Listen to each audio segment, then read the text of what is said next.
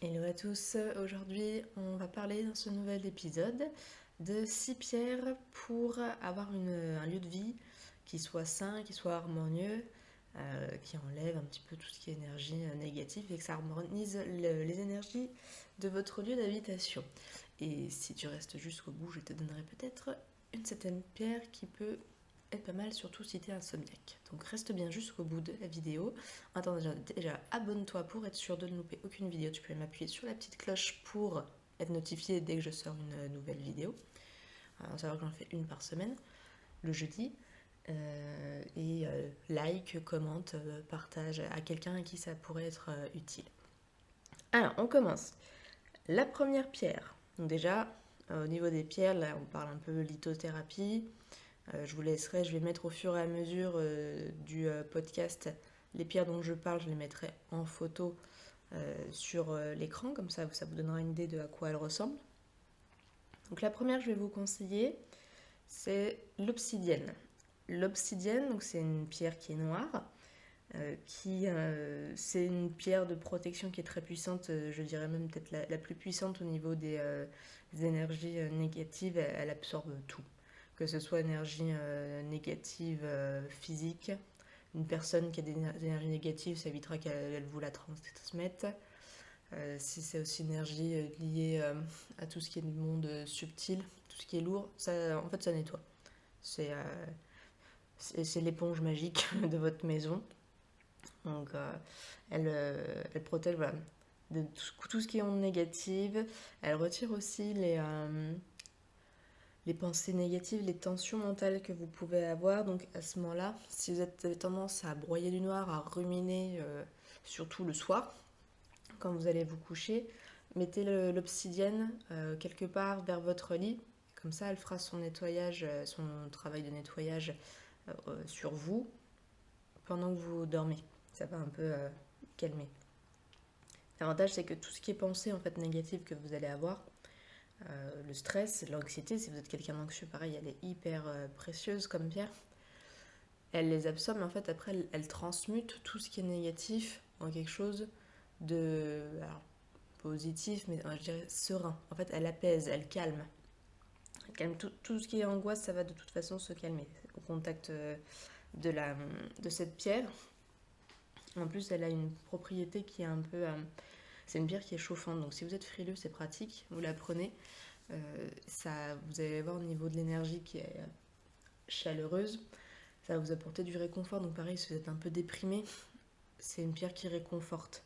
Si ça va pas, elle va vous soutenir. Voilà, elle est plutôt, elle est un peu multitâche en fait, mais gardez en mémoire qu'elle va transmuter ce qui est négatif, ce qui est désagréable chez vous, alors dans l'habitation et même en vous, et le transmuter en quelque chose de beaucoup plus doux, beaucoup plus agréable, de plus réconfortant.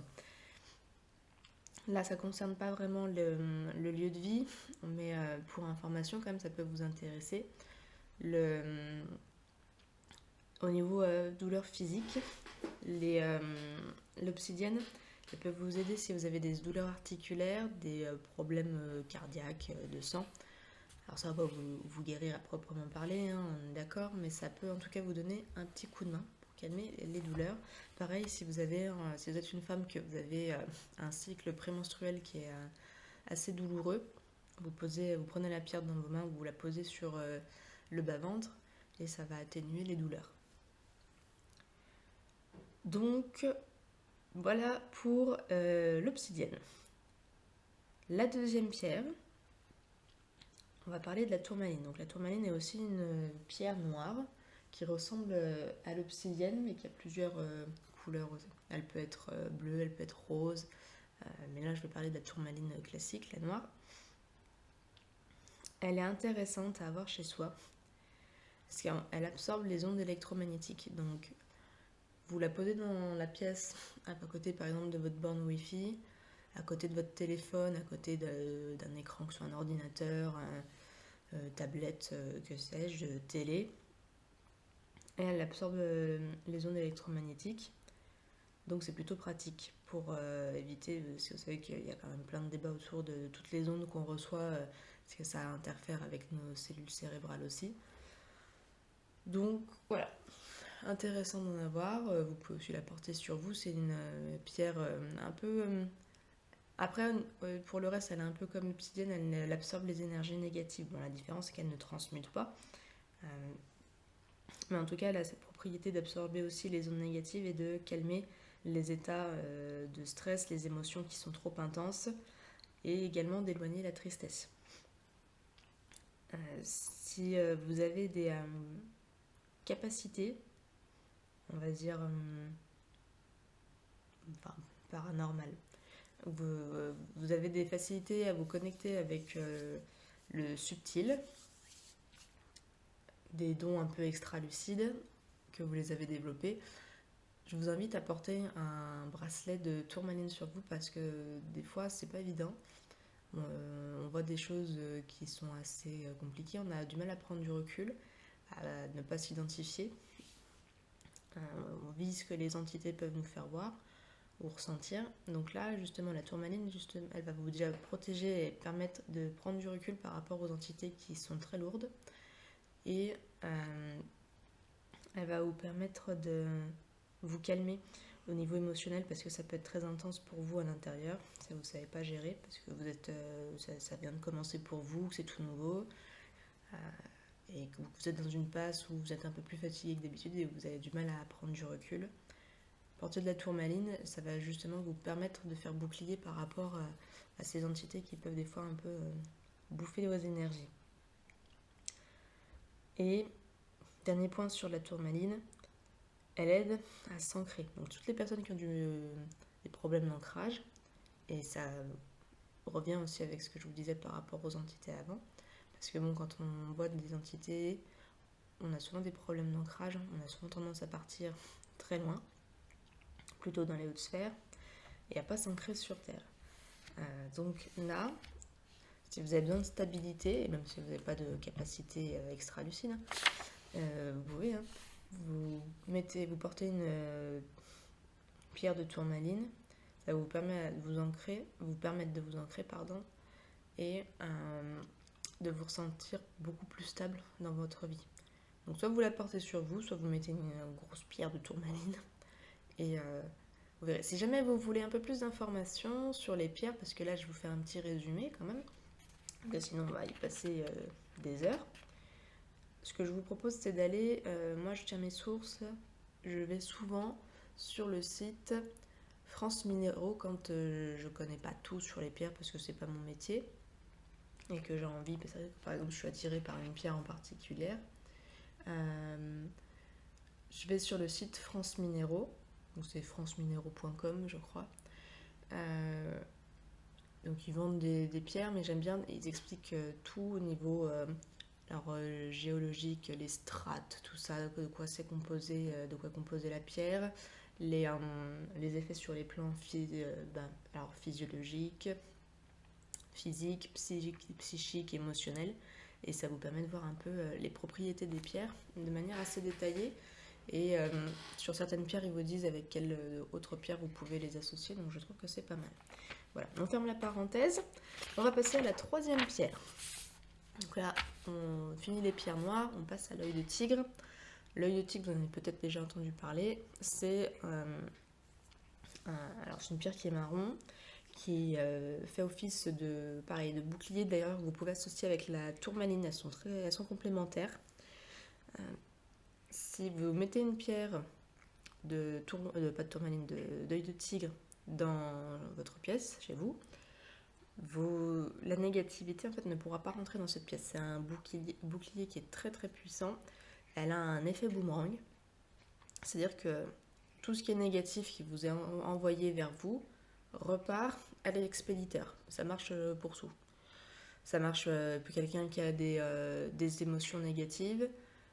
Au lieu de vous parasiter vous, de faire du vampirisme sur vous, ça va repartir sur la personne en question, et c'est elle du coup qui va être fatiguée par ses propres énergies. C'est intéressant parce que quand on est en pâte, on se fait vite bouffer au niveau des énergies parce que justement on veut tout prendre. Et on va parler un peu plus justement de la pierre de l'empate juste après. Donc l'œil de tigre, elle est quand même vraiment sympa pour vous protéger, même aussi du mauvais œil. Si vous croyez au mauvais œil, au mauvais karma, ou je sais pas, des trucs comme ça, des sortilèges, peu importe. Voilà. C'est un peu vous voyez, comme les gens qui mettent alors les mains de Fatma, ou les yeux, vous voyez, les yeux bleus là qu'il y a chez les Grecs, c'est justement les yeux anti-shkumun, là. C'est le même principe en fait, l'œil de tigre. Donc vous mettez ça chez vous, et tout ce qui est négatif restera dehors. Voilà. Comme ça, vous vous assurez d'avoir un environnement qui est sain. Donc, plus la pierre, ça marche pour tout les pierres que je vais vous dire, plus la pierre est de taille imposante, plus elle est capable de nettoyer. Parce que si vous mettez des petites pierres en bracelet, ça c'est pratique pour porter sur vous, mais ça ne peut pas faire le travail d'une grosse pierre. Maintenant, on va passer sur la pierre des empathes, des thérapeutes que vous connaissez peut-être, qui s'appelle la labradorite. Donc, qui est. Alors, elle, au niveau des couleurs, vous allez voir sur la photo, les reflets sont souvent bleus, mais elle est surtout grise. Elle est grise, alors ça peut être de gris clair à gris foncé. Moi, la mienne est grise foncée avec des reflets bleus. Donc, il n'y a pas une même couleur d'une labradorite à une autre. Cette labradorite, elle est indispensable si vous êtes très sensible au ressenti des autres. Donc en pâte. Et en pâte, j'ai envie de dire de la mauvaise façon, c'est-à-dire que vous prenez toutes les émotions pour vous. Donc la personne en face de vous se décharge, elle vous vampirise l'énergie, elle le fait pas de manière volontaire, hein, forcément. Je veux dire, ça c'est pas. Ça peut être de manière involontaire, d'ailleurs c'est souvent de manière involontaire. Mais vous, le problème c'est qu'après vous faites éponge et que vous savez pas comment gérer tout ça. Donc pour couper court à ça, vous portez une pierre de labradorite et c'est fini. Dans votre pièce, si vous mettez moi, ma labradorite, elle est dans ma chambre, mais des fois je peux la déplacer dans le salon en fonction. C'est une pierre qui va permettre justement que quand vous avez quelqu'un qui vient chez vous, que si cette personne a l'intention déjà de bouffer vos énergies, de vous vampiriser, elle va, un peu comme l'œil de tigre, va protéger, elle va créer un bouclier au niveau des énergies, elle va empêcher la vampirisation, et surtout, elle va influencer aussi l'autre personne de manière à ce qu'elle se pose les bonnes questions, qu'elle tourne cette fois sa langue dans sa bouche avant de vous dire des petites saletés qui vont vous bouffer. Elle dissout en fait le négatif et elle harmonise l'énergie du lieu. Ça, c'est intéressant qu'elle harmonise, parce que justement, l'idée c'est que tout votre lieu de vie au niveau énergétique soit sain et que ce soit calme, apaisé. Donc elle va faire un petit travail justement pour essayer d'harmoniser. Donc les autres pierres que je vous ai présentées avant, on est vraiment sur de la protection. Là, elle va amplifier le phénomène, où les autres ont fait un peu nettoyage, bouclier, elle fait un peu bouclier aussi, mais elle va harmoniser. Si vous mettez déjà les autres, elle va harmoniser l'espace de vie. Vu que les autres auront nettoyé, que ce sera un espace de vie sain, là elle va tout harmoniser. C'est un peu comme un chef d'orchestre, si vous voulez. Donc très très très bonne pierre. D'ailleurs, si vous allez chez des thérapeutes, vous verrez, la plupart ont des grosses pierres de labradorite dans leur cabinet, pour justement éviter de trop se faire pomper les énergies, et que le lieu du coup du cabinet pour eux soit un lieu harmonieux, en paix, enfin voilà, on se sente bien. Là, on est maintenant sur la 5e pierre. Donc, on va parler là, c'est de l'améthyste. Donc on passe sur une pierre violette. Je pense que tout le monde connaît l'améthyste. Parce que avant que tout cet engouement pour les pierres n'arrive en France, l'améthyste portait déjà beaucoup en bijoux, donc en général vous connaissez. Donc c'est une pierre qui est violette, qui a le pouvoir de purifier et recharger les minéraux. Donc à ce moment-là, il faut une grande géode, un grand tapis d'améthyste, et vous posez vos minéraux dessus. Ça, vu que c'est une pierre qui s'auto-nettoie, elle auto-nettoie aussi, enfin elle nettoie les autres pierres, et elle les recharge, comme on peut faire avec la pleine lune par exemple. C'est pratique pour certaines pierres qui ne peuvent pas aller dans l'eau. Parce que quand on fait recharger les pierres, quand on décharge les pierres, c'est dans de l'eau. Quand on les fait recharger, bon, c'est à la pleine lune. Si on veut les décupler, on met de l'eau aussi. Et il y a certaines pierres qui ne supportent pas l'eau. Donc, elle a cette propriété sur les minéraux, mais elle a aussi cette propriété sur un lieu de vie et sur des objets. Donc quand vous voulez purifier un objet, vous voulez purifier une pièce par exemple, vous mettez tout simplement l'améthyste à côté de l'objet. Si l'améthyste est suffisamment grosse, vous mettez carrément l'objet dessus, ça dépend de la taille de l'objet forcément. Et dans la pièce à vivre sinon.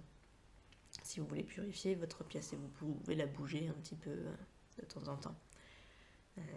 Elle est utile aussi si par exemple vous avez un bureau, vous faites une tâche, vous avez besoin de beaucoup de concentration, mettez-la à côté de vous et elle va vous aider justement à rester focus. Après, vous pouvez aussi la mettre dans votre chambre, parce c'est une pierre qui a des propriétés relaxantes et apaisantes. Elle va calmer le mental et surtout les émotions. Donc elle peut être très pratique dans la chambre, par exemple à côté de votre lit, pour vous détendre. Petit point à part, si pareil vous vivez une mauvaise passe, vous êtes déprimé, que vous êtes en période de deuil, c'est la pierre du deuil, l'améthyste. Vous avez un choc émotionnel, portez de l'améthyste, ou mettez la pierre d'améthyste à côté de vous pour dormir, ou dans toute vous pouvez, si votre pierre, selon la taille qu'elle fait, vous pouvez la transporter avec vous, vous la gardez avec vous tout le temps. C'est pour ça que je parlais plutôt d'un bracelet, mais vous pouvez aussi transporter carrément la pierre dans votre poche si elle tient, dans votre sac à main, j'en sais rien, voilà. Et si c'est chez vous, vous pouvez la déplacer à côté de vous à chaque fois que vous vous déplacez d'une pièce à l'autre. Donc voilà. La 6e et la dernière pierre, le quartz rose, qui est donc la dernière pierre, presque, parce que je vous en ai réservé une petite dernière pour ceux qui sont jusqu'au bout. Le quartz rose, donc, on est sur une pierre d'un rose pâle, très doux, qui est fantastique pour calmer les tensions, qui est apaisante. Donc on peut la mettre plutôt dans la chambre ou dans le salon, suivant ce que vous voulez. Ça harmonise les énergies d'amour. Enfin, c'est vraiment la pierre d'amour au sens large. Hein. C'est pas que l'amour amoureux, c'est aussi l'amour amitié. Enfin voilà. C'est la pierre de l'amitié d'ailleurs, il me semble. Et elle vous aide aussi à ouvrir votre cœur parce qu'il y a des personnes qui ont tendance, comme moi, à vite se fermer au niveau émotionnel, vite se couper de ressenti et à se fermer aux autres. La pierre le quartz rose permet justement de s'ouvrir et de cicatriser, de soigner les blessures émotionnelles. Donc elle va être complémentaire avec l'améthyste. Donc si vous, pareil, vous avez un gros choc émotionnel, pour apaiser ça, vous pouvez porter du quartz rose ou mettre du quartz rose avec vous. Pareil, pour dire, le quartz rose apaise les brûlures au sens propre du terme. Donc, si par exemple vous avez, je sais pas, vous avez une mauvaise passe là dans votre couple, qui a beaucoup de disputes, mettez autour de vous, quand vous êtes ensemble, par exemple dans la chambre, ou dans le salon, dans la cuisine, quand vous êtes en train de manger, du quartz rose. Si vous voulez que votre couple continue de bien se porter, dormez avec dans votre pièce du quartz rose. Là où elle est intéressante aussi, sans parler de tout ce qui est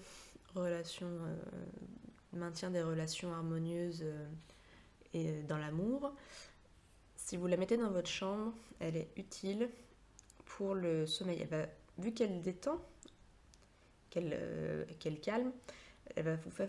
Oula, 1, 2, 3. favoriser le sommeil et elle va diminuer les cauchemars. Et ça, c'est intéressant surtout pour les personnes, ceux d'entre vous qui ont des enfants.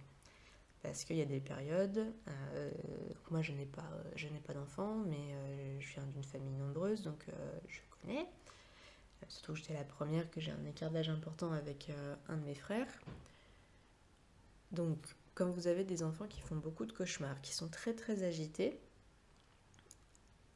mettez à ce moment-là une pierre de quartz rose dans sa chambre, assez proche du lit. Donc, si l'âge de l'enfant le permet, donc il faut quand même qu'il soit assez grand, qu'il sache qu'il ne faut pas avaler les pierres. À ce moment-là, le mieux c'est de mettre la pierre carrément sous l'oreiller.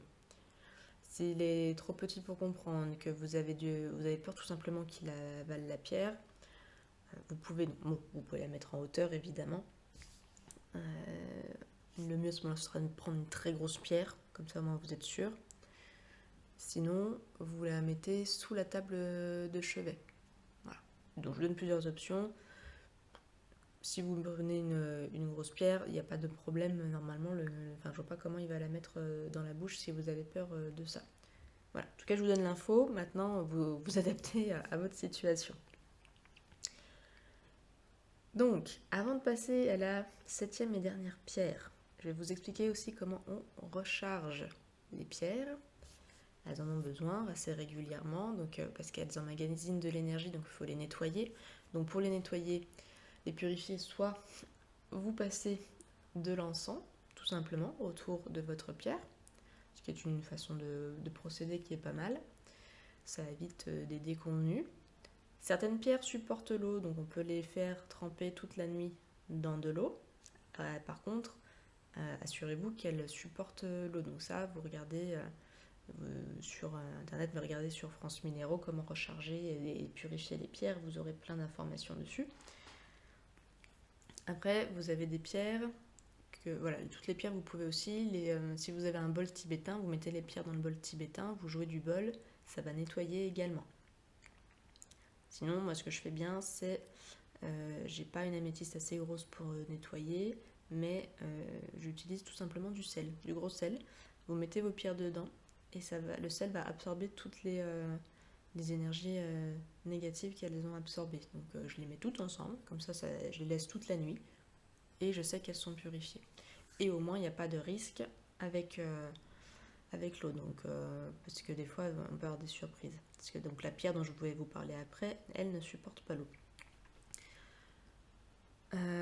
Ensuite, pour recharger, donc soit vous avez de l'améthyste, donc ça va recharger en même temps, sinon vous allez utiliser l'énergie de la pleine lune. Quand c'est le jour de la pleine lune, ou à J-1, J+1, vous mettez vos pierres que vous avez besoin de recharger dehors, sous l'énergie lunaire, et ça va être rechargé. Il y a certaines pierres qui supportent, qui aiment le soleil, vous pouvez aussi les recharger au soleil. Donc pareil, je vous laisserai regarder sur France Minéraux pour vous donner une petite idée. Et voilà. Donc, avant qu'on parle de la dernière pierre, si t'es pas abonné et que mon contenu t'a plu, je t'invite à le faire tout de suite. Comme ça, tu louperas pas mes prochaines vidéos. De mettre aussi un petit like, comme ça, moi ça me dira que mon contenu te plaît. Et si tu as des questions ou tu veux faire part de quelque chose, je te laisse me mettre un commentaire. Et puis moi je me ferai un plaisir de te répondre sans problème. Alors, pour ceux qui sont encore là, déjà merci. La 7e et dernière pierre, donc la pierre bonus, qui n'aime pas l'eau, comme je vous le disais, qui a d'ailleurs la propriété de se dissoudre dans l'eau comme un cachet déferalgant, c'est la sélénite. Donc la sélénite, c'est une très belle pierre blanche qui a des reflets irisés, elle est magnifique, elle est même presque translucide. Elle assainit l'air, donc c'est quand même quelque chose qui est bon à savoir, ça assainit l'air.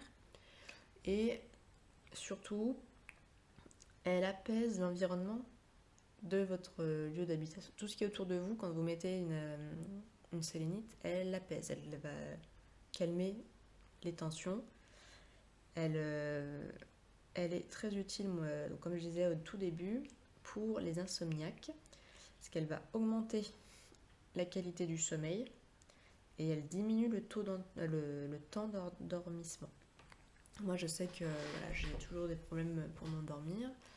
Euh, j'ai ma pierre, donc j'ai une pierre de sélénite qui est en forme de galet. Je la mets directement sous l'oreiller pour me calmer et diminuer mon temps d'endormissement. Et ça fonctionne s'il y a un gros coup de stress. Voilà, gros coup de stress. Pareil, je mets la pierre sous l'oreiller pour la nuit et ça va me calmer. Si c'est dans la journée, je vais la garder avec moi, je vais la mettre dans mes mains. En plus, elle a une forme qui a toute, vu qu'elle est polie, qui est très agréable, donc du coup, je peux même jouer avec, comme certains font avec les espèces de balles en mousse, là où vous pouvez tripoter les balles anti-stress. Moi, je fais ça avec ma sélénite, sauf que je peux pas appuyer dessus parce que c'est mes doigts qui vont plier, c'est pas la pierre. Mais voilà, elle a cette propriété de calmer. Et pareil, si vous avez du mal à méditer, mais que vous voulez méditer, ça vous intéresse, elle va faciliter justement la phase pour rentrer en méditation, vu qu'elle apaise. Donc à ce moment-là, vous pouvez, moi je sais que mes débuts en méditation, je mettais ma pierre de sélénite d'entre mes mains pour justement arriver à mieux méditer. Voilà. Et donc, et ben c'est tout. C'est tout, c'est déjà pas mal. On a fait le tour de toutes les pierres. Donc, et ben, je vous laisse me mettre en commentaire vos questions. N'oubliez pas de mettre un petit pouce pour me mettre un like. Et puis, je vous dis à la semaine prochaine pour un prochain épisode. Ciao, ciao!